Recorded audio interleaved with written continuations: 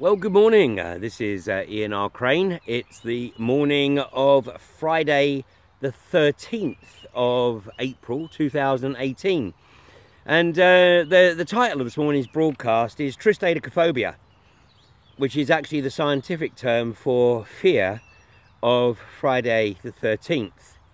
Well, before I actually get on to the bigger picture, there is one company in the UK that hopefully will remember Friday the 13th of April 2018, because this will be the day when they started to enjoy, a euphemistic term, the consequences of their association with the unconventional gas industry in this country. And I'm referring to Breedon. And if you want to find out a little bit more about who I'm talking about here, I'll put the link under this live stream. But the website is breedongroup.com. And Breedon are the providers, the suppliers of the aggregate to the iGas well sites that are under construction at Tinker Lane and Misson Springs in North Nottinghamshire. And the behaviour of some of their drivers has been somewhat questionable. But what gives me particular concern is the corporate wank. Sorry, that's a technical term.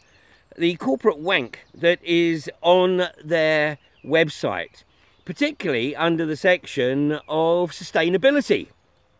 And let me quote. So this is from www.breedon.com/sustainability.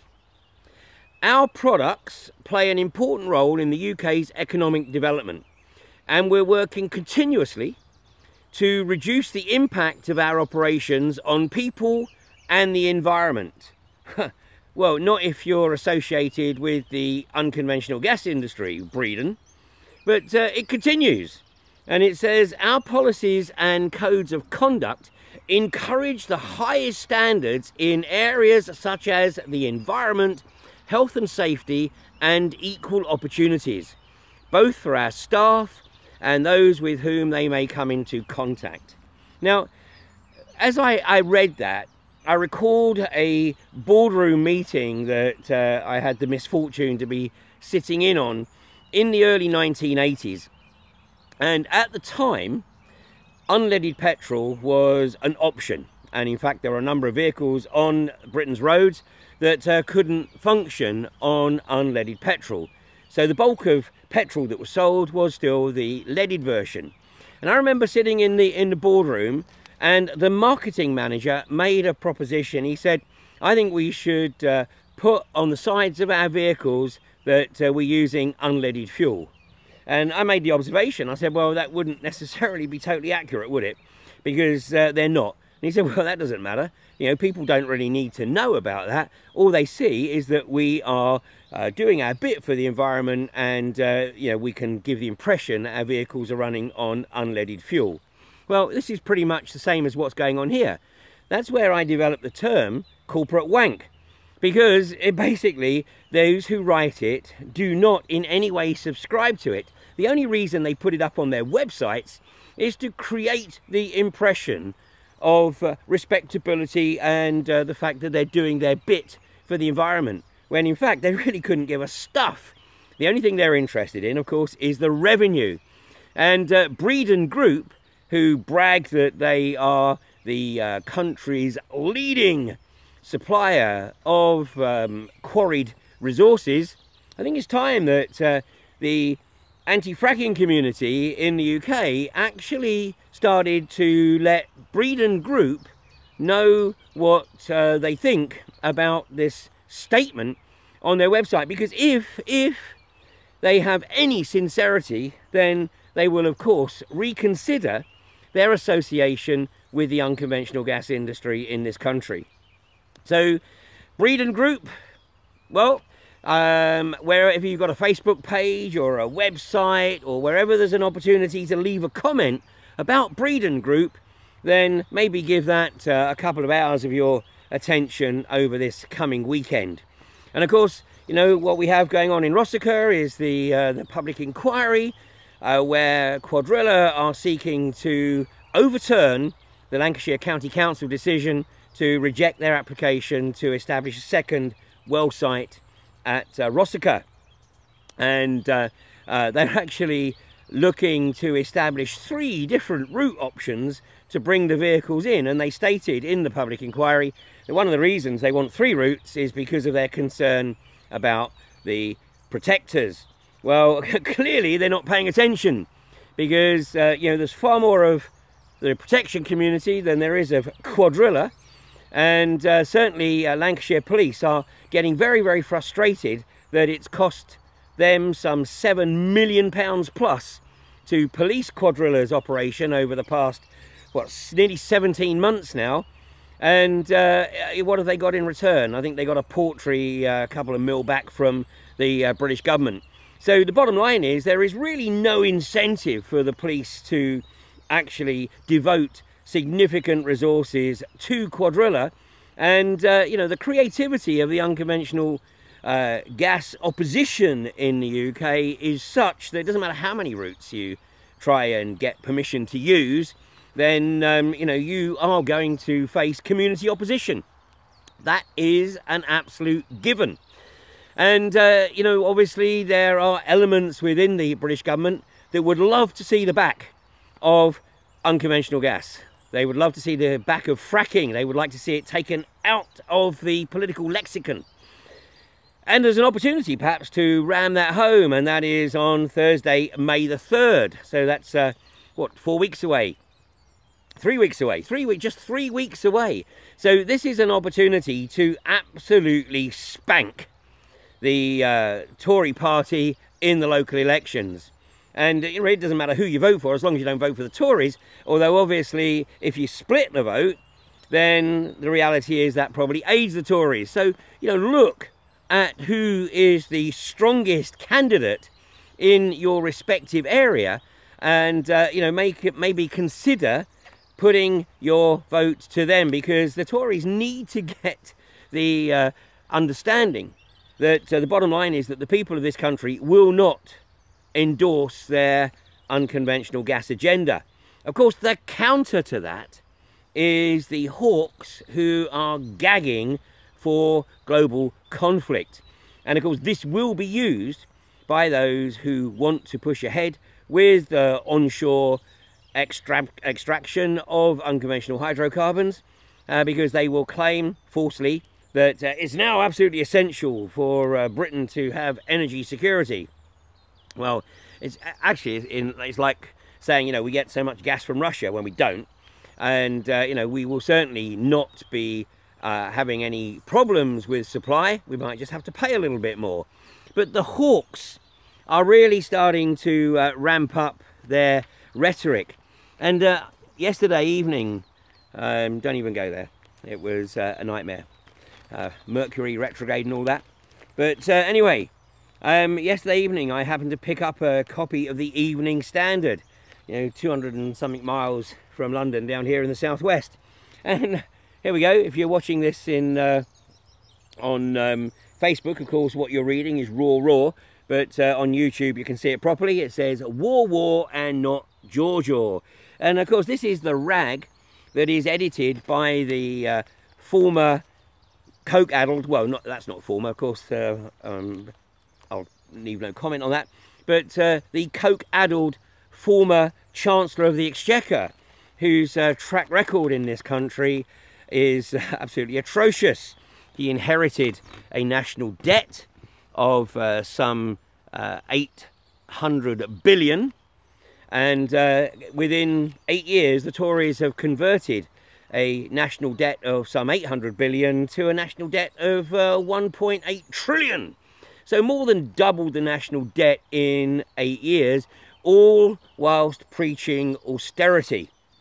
So I don't have the time this morning to get into the depth of how they've achieved that, and how they've and their buddies have managed to siphon much of that into their offshore accounts. But anyone who thinks that the Tories are interested in the well-being of the people really isn't paying attention.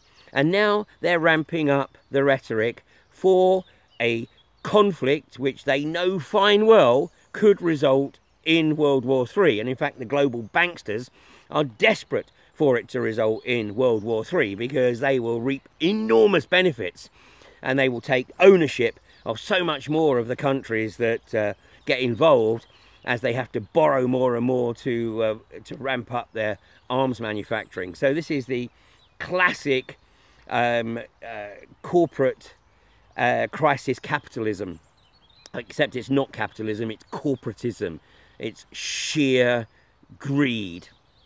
So what we're seeing, of course, is the same rhetoric. We saw yesterday that the term highly likely was used, that it was highly likely that the Syrian government was behind the chemical weapons assault in Douma in east of Damascus. Yet in reality, this highly likely phrase means actually there was no chance at all, but we want to blag that there was. And one of the reasons that Trump and May, and particularly John Bolton, of course, who I talked about yesterday, are so desperate to unleash an assault on Douma is because they want to destroy the scene of the non-crime.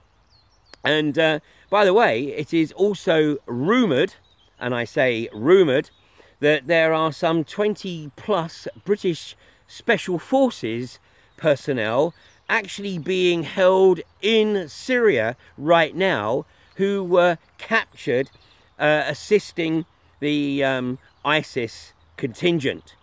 So we know fine well that, of course, David Cameron and subsequently Theresa May have been desperate to get rid of Assad. So it's completely understandable that they would have infiltrated Special Forces personnel into ISIS. So if there is any truth in that, then clearly those individuals will be expendable, and you know, they will be desperate to destroy any evidence of Special Forces personnel being associated with ISIS, even though that's whom they're actually supporting, of course, by threatening to bomb Assad and Syrian civilians. So do we really want to go down this route? Do we really want to be condemning not just this country, of course, but more people in the Middle East? I mean, the British government is already covered in blood on the hands, you know, for the arms sales to Saudi Arabia, which they know fine well are being used to literally bomb Yemen back into the dark ages. So the British government, and Boris Johnson, of course, let's remember that Boris Johnson famously said, well, if we weren't selling arms to Saudi Arabia, then somebody else would be. This is the socio-psychopathic mentality of the individuals that we have in the leadership team of the UK right now. And why are they there? Because we, the collective we, apparently put them there last year in the election, although of course there was a massive move away from them, but then they bought the DUP for an outrageous sum of money, and so the DUP prostituted themselves to the Tory party for the duration of the next few years. So over the weekend, then, you know, please take a look at what's occurring. You know, do look for yourself, because there is no evidence whatsoever of any chemical weapons being unleashed by Assad or his forces. And the Russians certainly would not tolerate any prospect of Assad unleashing chemical weapons on the civilian population. And of course the Russians have invited the OPCW into East Damascus to look for themselves, which is another reason, of course, why Trump and May are desperate to unleash a missile assault to destroy the scene of the non-crime. So get on to your MP. I mean, I've heard talk about massive protests in London. Okay, that's great networking weekend, but you know, the establishment don't give a flying frack about weekend protests in London. I mean, if everyone's going to go down there with a backpack loaded with a tent and a sleeping bag and enough food and water for a few days and camp out in the London parks, that's a different ball game. Then, you know, 500,000 people camping in the London parks for the duration you know, might just get the message across. But otherwise, the establishment knows that everyone's going to come down, they're going to have a nice day out, and then they're going to go back and be at work on Monday. Whilst, of course, the politicians are all back in their constituencies enjoying their weekend with their families. So, who cares? As long as everyone's back to work on Monday. Petitions. A uniquely British phenomenon. Petitions. Do you think anyone really cares about petitions? What MPs care about is getting back into office, staying on the gravy train. So, you know, go down to their surgeries and, you know, those who do live in their constituencies, which isn't many, but those who do live in their constituencies, then go pay them a visit at their front door, go chat with them and go and explain to them that, you know, basically if they support any vote for an attack on Syria, that without irrefutable evidence, then they will be committing a war crime, which is, of course, why Theresa May is seeking to get the Cabinet's permission to unleash an assault on Syria without having to take it to a vote in Parliament. And, of course, I'm sure that what she did was, you know, any dissenters on the Cabinet, they pulled out the envelope and they said, well, before you actually, you know, make a rash decision, you might want to take a look at the photographs that we've got in this envelope here. And no doubt, once the envelopes had been opened and the material studied, then I'm sure she actually got the unanimous support of those sitting around the table. And if anyone thinks for 1 minute that that isn't how the government whips work, then once again, you're not paying attention. So, it's a pretty crucial weekend. This Friday the 13th signals the start of not just a crucial weekend in terms of, you know, here in the UK, but maybe globally. So, if all hell kicks off, ultimately, it'll be because we, the collective we, the British public, basically just sat back and let it all unfold. You know, we read the newspapers, we watched the TV reports and said, oh dear, what a shame. Oh well. Well, you're going to say the same when you're kissing goodbye to the youth as they're trotted off to a Middle Eastern theatre of war, or wherever it may be, because it could escalate beyond that in the proverbial heartbeat. So, it's critical decision time. And particularly within the anti-fracking community, because I completely understand there are some people who have told me they're not interested in the bigger picture, they just want to fight fracking. Well, you need to take a bit of an interest here, because if this kicks off, then basically any opposition to government policy will be effectively just snuffed out, because it will be against the national interests. And, you know, we're already seeing the censorship. I mean, yesterday I discovered that during this broadcast from the Ian Rowland Crane Facebook page, at the end of the video, it showed that I had viewing figures of 1, and that was me, because I was prevented from sharing anything beyond my own Facebook page, and my own Facebook page was not being shared or wasn't available to anybody else. So, we're back on YouTube, of course, and we're on the Ian R. Crane Facebook page. But how long before those who consider themselves to be the rightful rulers of a planetary fiefdom consider that because I'm not singing from the same song sheet as they are, then it's time to shut down my means of getting, you know, my thoughts out there? Well, what's happening, of course, is that a few years ago, you know, where the algorithms were fairly open, then, you know, we could put something out on YouTube and it would get, or Facebook, and it would get a fairly wide audience. But as the algorithms are getting tighter and tighter and tighter, and our respective communities are therefore getting smaller and smaller and smaller, it becomes even more important that people take the initiative and share stuff around. Because, you know, once upon a time it was like throwing a big rock into a pond and then the ripples going out from that big rock. Now it's like grabbing a handful of small pebbles and throwing those pebbles into the pond, and then, you know, the pool of ripples eventually fanning out, and maybe ultimately even covering a bigger area than the single rock. So who knows? Maybe perversely and unintentionally, Facebook are doing us a favour by tightening the algorithms, because it will encourage, hopefully, more and more people not just to like something, but to share it out and also talk to people. Because, you know, one of the great ways that the French still work is because they still have the town markets, is that people actually get together. I know that's a disappearing phenomena in the UK, particularly as the pubs are closing at an outrageous rate. But nonetheless, take that opportunity and gather like-minded people together. And, you know, we'll be doing that at the Alternative View Conference in 3 weeks' time. It starts in 3 weeks on Friday, May the 4th. And actually all residential tickets are now sold, but there are a limited number of day tickets.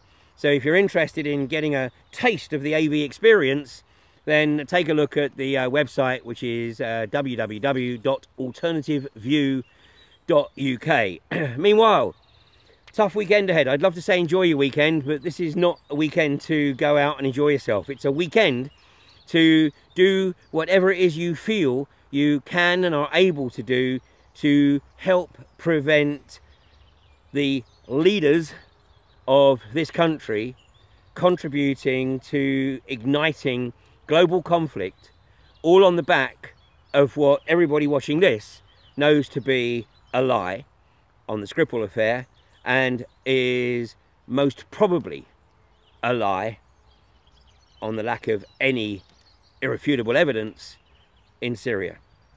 So let's hope that we're all still around to do this again on Monday morning, and I'll be back 8:30 on Monday morning. Catch you then.